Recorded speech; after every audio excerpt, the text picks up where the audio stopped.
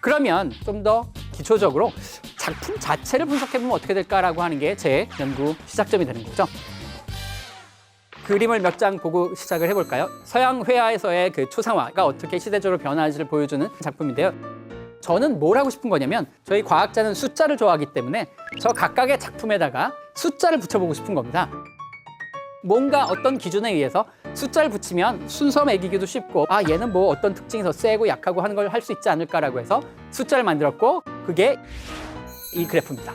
이게 시대별로 어떤 숫자가 이렇게 쭉 변화하는 걸 보여주는 건데요. 저런 식으로 변화한 것들이 각각의 그림에 해당하는 숫자가 저 그래프에서 나타난 겁니다.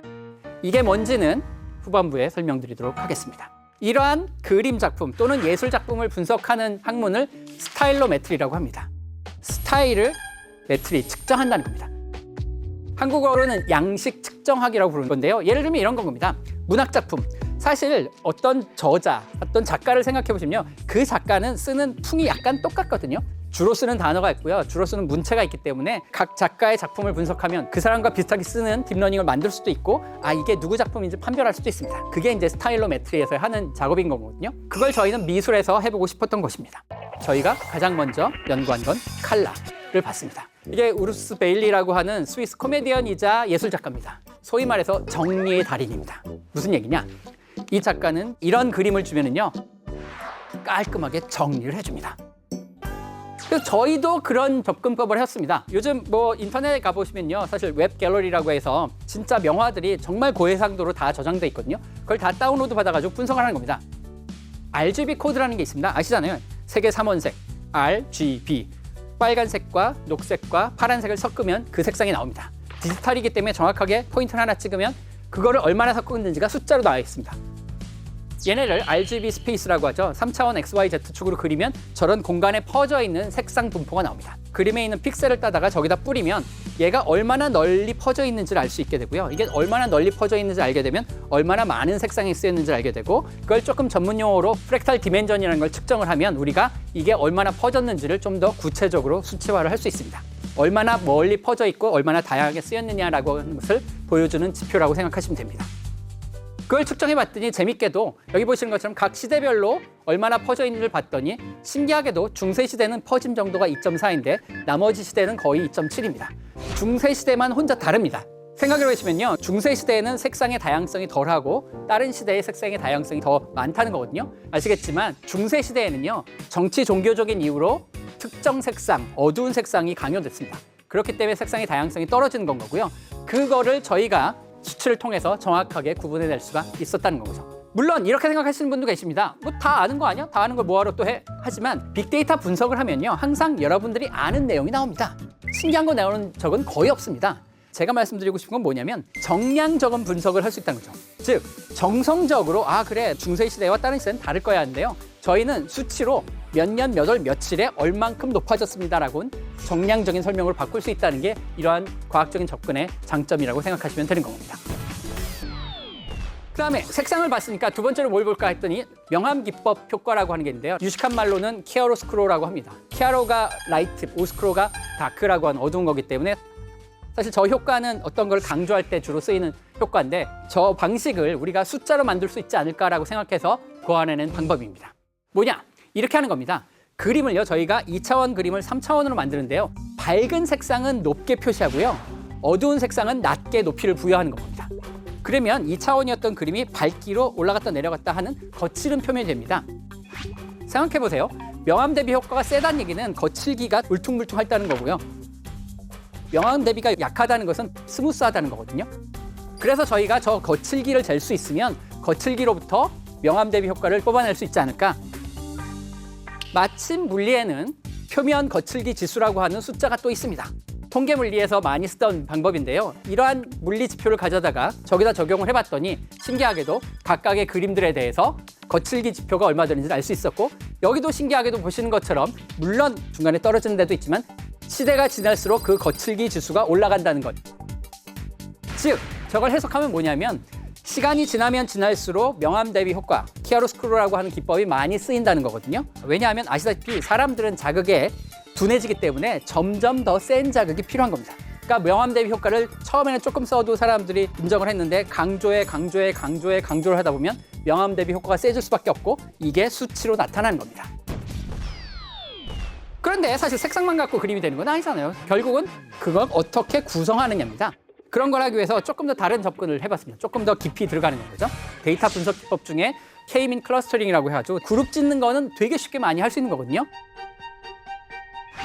K라는 게 1개가 될 수도 있고 2개가 될 수도 있고 3개가 될 수도 있고 10개가 될 수도 있습니다. 그림이 있으면 그 그림에서 가장 많이 쓰인 색상을 가지고 파이 차트를 만듭니다. 예를 들어 볼까요? 반 고어의 그림을 가지고 여기서 가장 많이 쓰인 색상을 가지고 파이 차트를 만듭니다. 그래서 이렇게 분석을 해놓으면 뭐 좀 더 많은 정보를 주긴 하는데 말씀드린 것처럼 과학자들은 숫자를 좋아합니다. 그래서 저거를 숫자 하나로 나타내고 싶은데 어떤 숫자를 부여할 게 없는가? 저 파이 차트가 보여주는 게 뭐냐면 대비되는 색상이 많이 쓰였고 비슷한 색상이 조금 쓰였고 그런 걸 판단할 수 있습니다. 그게 소위 말해서 컨트라스트거든요. 색상 대비 효과라고 하는 건데 저 색상을 알기 때문에 저희가 뭘 할 수 있냐면 이거는 RGB는 아니고요. CI 랩 스페이스라고 해서 저게 우리가 인지했을 때 보는 사람이 생각하기에 멀다고 느껴지는 색상을 배치한 좌표인데요. 색상 공간에서 이 두 색깔 사이의 거리를 계산하면 평균 거리라는 걸 계산할 수가 있습니다. 저기서 두 색상의 거리의 가중치 평균을 계산을 하면 컨트라스트라고 하는 것을 숫자로 만들 수가 있게 됩니다. 대표적인 예제가 여기 있는데요. 보시는 것처럼 점진적으로 변하는 것보다 스무스하게 변했을 때 컨트라스트가 세고요. 흐리멍텅하게 변하는 것보다 강렬하게 변할 때 컨트라스트가 세게 나오는 게 당연한 겁니다. 왼쪽 그리면 컨트라스트가 낮아 보이고 오른쪽 그림은 세 보이잖아요. 그게 숫자로 정의가 된다는 거죠. 그냥 느낌적인 느낌이 아니라 숫자로 만들 수가 있다는 거죠. 이게 아까 보여드린 여인들의 초상화에서 숫자가 나타나는 겁니다. 컬러 컨트라스트를 시대별로 보면 신기하게도 여기도 증가를 합니다. 이것도 비슷한 식으로 이해할 수 있습니다. 컨트라스트가 점점 세지는 거죠. 왜냐하면 사람들은 더 센 자극을 원하기 때문에. 그래서 여기서도 그러한 특징을 알 수 있습니다. 그러면 아주 초보적인 수준에서 제일 먼저 할 수 있는 게 뭘까를 생각을 해봤습니다. 구성 비율입니다. 황금 비율이란 말 들어보셨죠? 산수로 말씀을 드리면 유클리드가 이제 처음 얘기를 했는데요. 사각형 2개가 등장을 합니다. 직사각형에서요. 긴 변의 길이와 짧은 변의 길이가 중간에 나눈 A 대 B, 긴 선분을 나눈 비율과 똑같아졌을 때, 즉 A 플러스 B 대 A가 A 대 B가 되는 그 비율을 황금 비율이라고 합니다. 계산을 하면 0.618 대 0.382로 나누는 게 거기가 황금 분할이 되는 겁니다. 이게 멋있다라고 알려져 있거든요. 그래서 사람들이 많이 분석을 했습니다. 보시는 것처럼 파르테논 신전에서 황금 비율이 존재를 하고 그다음에 모나리자도 보면 모나리자는 어마어마합니다. 무슨 모든 게 다 황금입니다. 근데 좀 이상하지 않습니까? 생각을 해보시면 이게 코는 왜 여기서부터 잡고 인중은 왜 여기서부터 잡고 맞추려면 코에 걸면 코걸이, 귀에 걸면 귀걸이 아닌가? 황금이라는 것에 뭔가 약간 의구심이 들지 않습니까? 과연 세계의 예술가들은 정말로 황금 비율을 사랑했을까요? 그 역시 데이터로 답을 알아낼 수가 있습니다. 그림을 나누었을 때 가장 많은 정보를 구분해낼 수 있는 선을 구한다고 생각하시면 됩니다. 선을 긋는 거를 기계적인 방법으로 사람이 주관이 안 들어가게 긋는 방법을 만들어내고요. 그래프에서 보시면 가장 높은 정보를 뽑아내는 점이 딱 존재하거든요.